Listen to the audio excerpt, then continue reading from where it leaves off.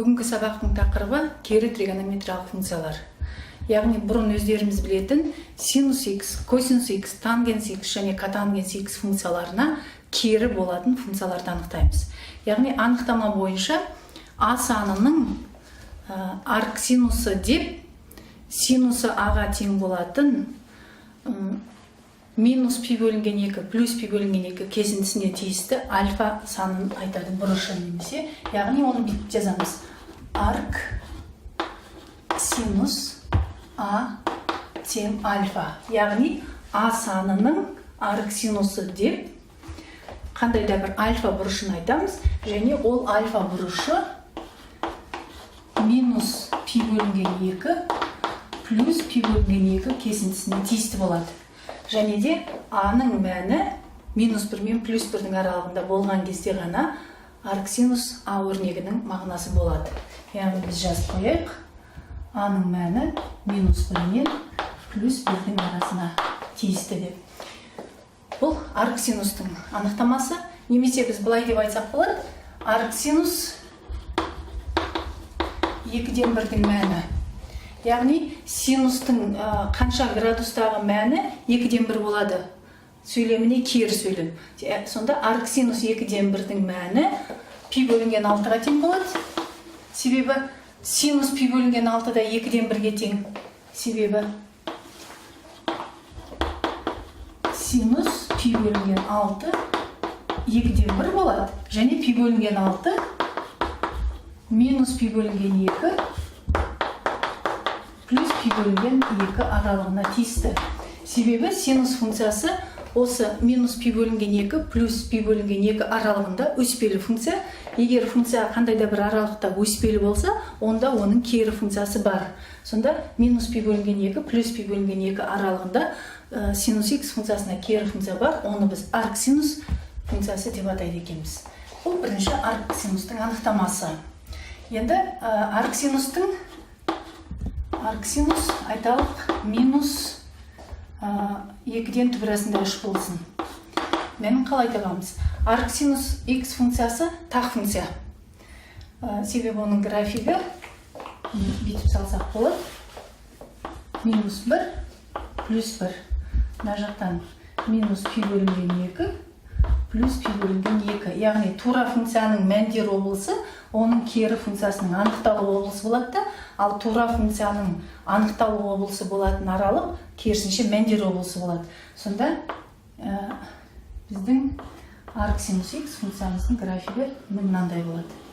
Шамамен схема түрде. Яғни қарасақ, функцияның графигі координата бас нүктесіне қатысты симметриялы болып тұр. Анықталу облысы да минус 1 мен плюс 1-дің аралығында симметриялы болып тұр. Ондай болса, арк синус x функциясы тақ функция болады.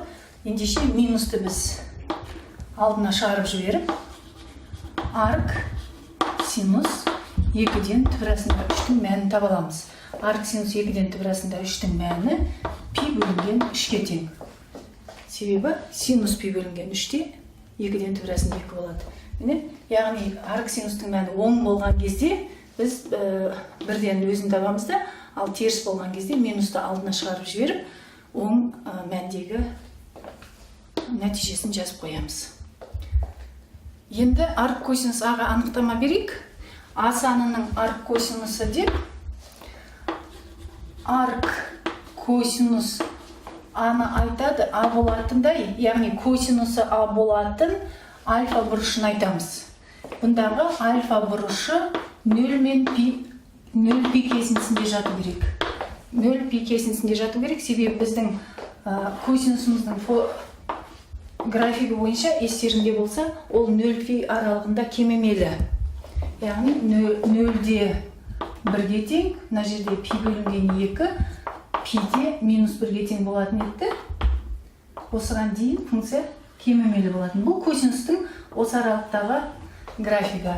Ал енді арк косинустың графигін салғанда, біз жаңа айтып кеткенбіз, анықталу облысын мәндер облысы ретінде, ал мәндер облысын анықталу облысы ретінде қарастырамыз міне. Және бізде 0 пиді мына жерге келтірейін. Пи. Мына жерде пи бөлінген 2 болсын. Сонда минус 1-де пи арк косинустың графигі былай жүреді. Міне. Сонда арк косинус x функциясы графикінің өзі осы болады. Сонда арк косинус дегеніміз не болады? Косинусы аға тең болатын альфа саны 0 пи аралығында жату керек, және аның мәні анықталу болса бізде -1 +1 аралығы болады. Егер аның мәні -1 +1 аралығында жатпаса, онда мағынасы болмай қалады. Енді графиктен көріп отырғанымыздай, арк косинус x функциясы тақта емес, жұпта емес. Яғни біз арк косинус айталық 2-ден 1-дің мәнін табатын болсақ, косинус пи бөлінген 3-те 2-ге тең, ендеше арк косинус 2-ден 1-дің мәні пи бөлінген 3-ге тең болады, немесе 60 градусқа тең болады дейміз.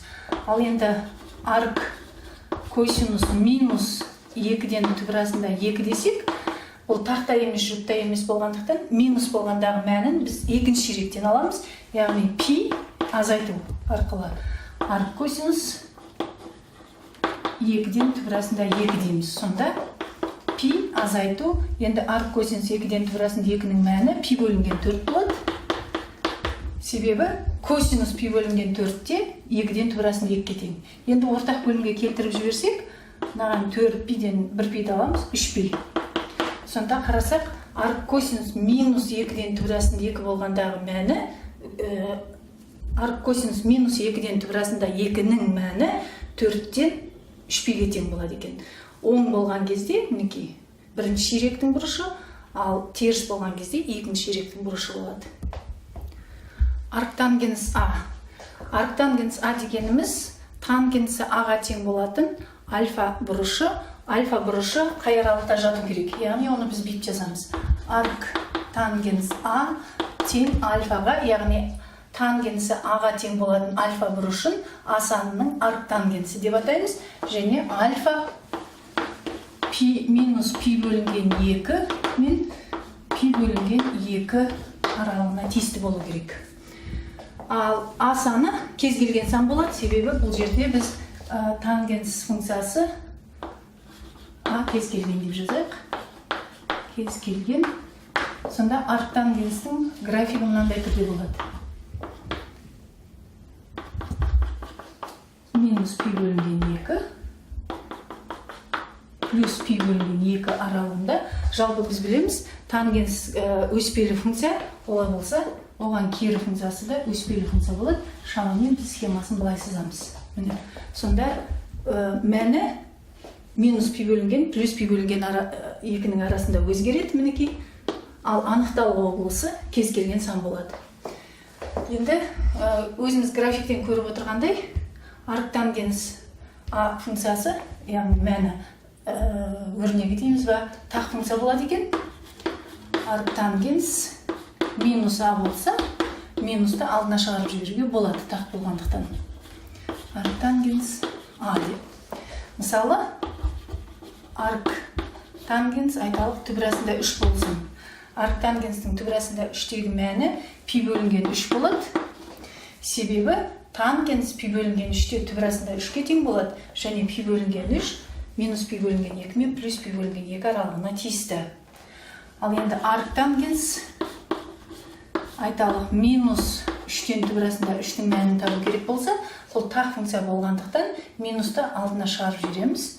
Минус арктангенс 3-тен түп арасында 3, ал арктангенстің 3-тен түп арасында 3-тегі мәні пи бөлінген 6-да. Ендеше минус пи бөлінген 6 деп жазамыз, себебі минус пи бөлінген 6, минус пи бөлінген 2 мен плюс пи бөлінген 2 аралығында жатады. Енді арк-катангенске анықтама берейік. А санының арк-катангенсі деп, катангенсі Аға тең болатын санды айтады. Альфа бұрышын айтады, және ол альфа бұрышы 0 пи аралығына тиісті болу керек. 0 пи аралығында катангенстің функциясы былай өзгеретін. Естерімізде болса, енді біз оған кері функцияны бүйтіп жазайық. Мына жерде пи бөлінген 2, мына жерде пи бар десек, катангенс функциясы кемімейлі функция, ендеше ол шамамен графигі былай қарай жүру керек. Бұл арк-катангенс егерттен болады. Арк котангенс x функциясының графигі. Яғни бұл функция кемімелі функция, және бұл графикке қарап тұрып көрсек, бұл тақта емес, жұпта емес, яғни жалпы жағдайдағы функция болады. Оның өзге мәні 0 мен пи аралығында өзгереді. Анықтау облысы кез келген болады, себебі өзіңіз көріп отырсыңдар, шексіз, минус шекстен плюс шекске дейін кетеді. А бұл жерде кез келген сан. А кез келген сан. Енді осыған мысалдар келтірейік. Арк котангенс түбірасында 3, котангенсі түбірасында 3 болатын сан, ол бізде пи бөлінген 6-да. Себебі котангенс түбірасында 3-тің мәні пи бөлінген 6 болса, тангенс пи бөлінген 6-ның мәні түбірасында 3-ке тең, және пи бөлінген 6 0 пи аралығына тиісті болады.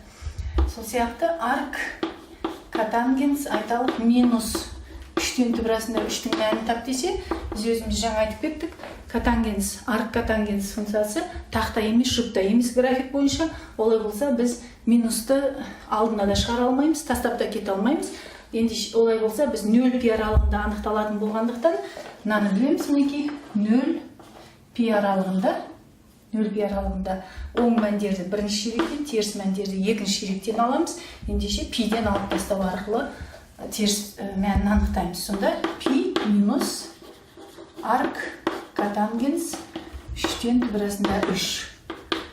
Пи минус, енді арк котангенс 3-тен түбірасында 3-тің мәні бізде қанша? Пи бөлінген 3-те.